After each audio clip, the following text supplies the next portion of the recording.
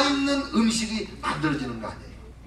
그 우리가 입을 열어 말을 하면 이 사람 저 사람의 의견들이 다 조화롭게 자기의 각각의 목소리를 내면서 협력하게 하는 그런 말을 하라는 거 아닙니까?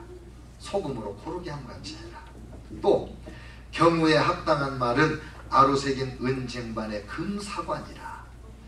경우에 합당한 말은 아로새긴 은쟁반의 금사관이라. 여러분 이런 말씀을 읽으면 마음속으로 이렇게 그려보세요.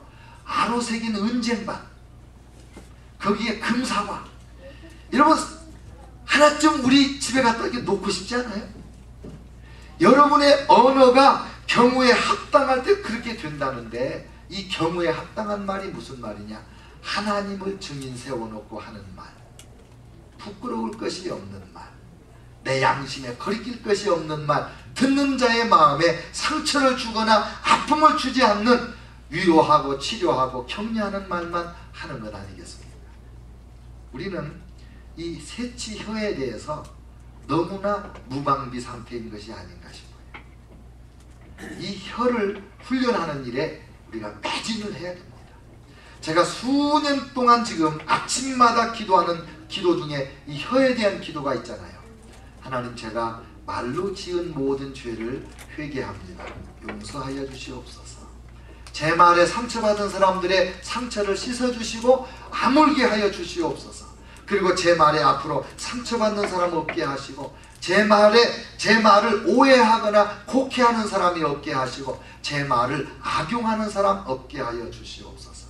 그리고 제가 입을 열어 말할 때마다 위로하는 말, 격려하는 말, 인정하고 칭찬하고 세워주는 말, 치유하는 말, 복음의 말만 할 수 있도록 인도하여 주시옵소서. 매일 기도합니다. 오늘도 기도했습니다. 그런데 한 번도 그 기도가 습관적으로 그냥 대충 넘어가는 적이 없어요. 매일매일 그 기도할 때마다 진지해지는 것은 제가 목사로서 말을 많이 하기 때문에, 제 말에 상처받으면 하나님을 잃어버릴 수도 있기 때문에 두렵고 떨리는 마음으로 기도를 하는 거죠. 그런데 저만 말 많이 하나요? 여러분은 어떻습니까? 우리도 다 말 많이 하잖아요. 우리도 이 언어 생활에 대해서 하나님을 증인으로 세울 수 있는 그런 단계에 이를 수 있기를 축원합니다. 반드시 그리 돼야 됩니다. 반드시. 두 번째, 사도 바울은 자기 행동에 대해서 하나님을 증인으로 내세웠어요. 데살로니가전서 2장 10절에 우리가 너희 믿는 자들을 향하여 어떻게 거룩하고 옳고 흠없이 행하였는지에 대하여 너희가 증인이요 하나님도 그러하십니다. 어디 딴 데 가가지고 내가 블루스 교회 담임 목사로서 우리 성도들에게 얼마나 거룩하고 옳고 흠없이 행했는지 모릅니다. 이렇게 딴 데 가서 얘기하는 게 아니고, 자기 성도들 앞에 자기가 그 성도들을 증인으로 세우면서, 여러분이 알지 않습니까? 내가 얼마나 거룩하게 행동했는지, 얼마나 옳게 행동했는지, 얼마나 흠없이 행동했는지 여러분이 증인이 아닙니까? 이렇게 말하는 거예요. 여러분만입니까? 하나님도 증거합니다. 참 멋있는 말이죠. 어떻게 이렇게 살 수 있었을까 궁금하기 짝이 없습니다. 그 다음에 사도 바울께서 자기의 기도 생활에 대해서 한 말씀이 있어요. 로마서 1장 9절에 내가 그의 아들의 복음 안에서 내 심령으로 섬기는 하나님이 나의 증인이 되시거니와 항상 내 기도에 쉬지 않고 너희를 말하며. 로마서는 로마에 있는 기독교인들에게 쓴 사도 바울의 편지인데, 아직 바울이 로마에 가본 적이 없는 때 이 편지를 썼어요. 로마에 있는 기독교인 중에 자기가 전도한 사람이 거의 없어요. 몇 명 없어요. 근데 소식을 듣고 그들을 위하여 기도한다고 편지를 쓰는 거예요. 그러면서 하는 말이 하나님이 나의 증인이 되시거니와 내가 기도할 때마다 쉬지 않고 너희를 위하여 기도한다. 내 기도 생활의 증인이 하나님이다. 여러분, 기도를 부탁을 받으면 네, 기도해 드리겠습니다 그래 놓고 잊어먹는 때가 많아요. 그런데 우리가 기도하겠습니다 해놓고 그 약속을 지키지 못해서 하나님 앞에 선한 동기로 약속을 했는데 죄를 짓게 되는 결과가 되잖아요. 우리 친구 목사님은 그래서 저보고 그래요. 자기는 기도 부탁을 받으면 그 자리에서 무조건 한번 기도를 한대요. 그래야 그 다음번에 못해도 약속은 지킨 것이 되니까. 여러분, 우리가 기도를 하는 것을 하나님을 증인으로 세우니까 남이 보고 안 보고 신경 쓰지 않는 거예요.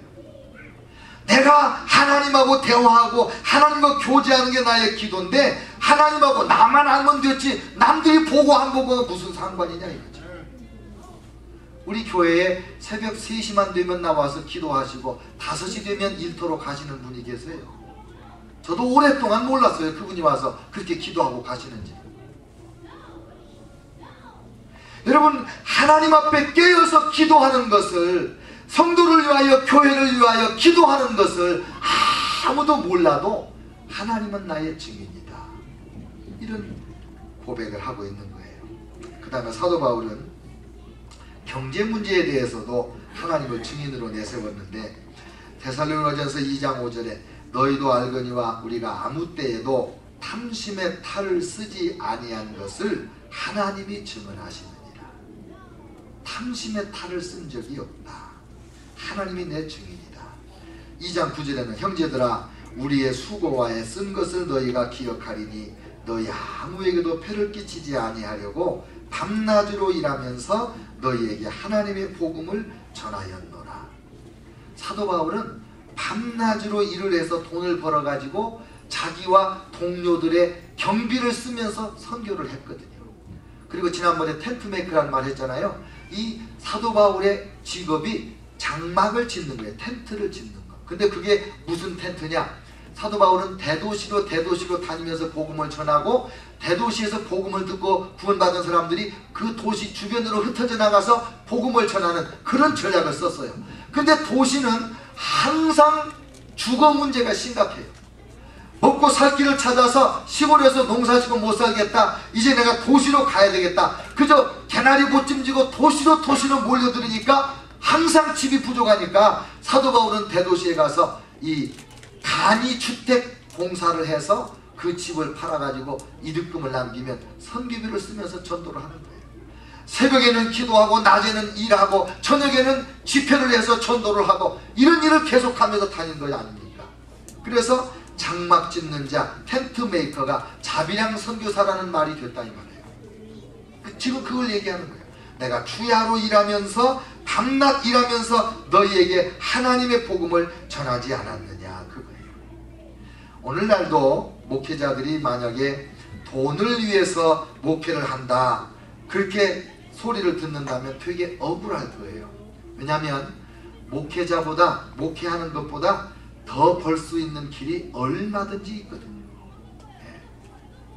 복음을 위해서 사는 거지 돈을 위해서가 아니다.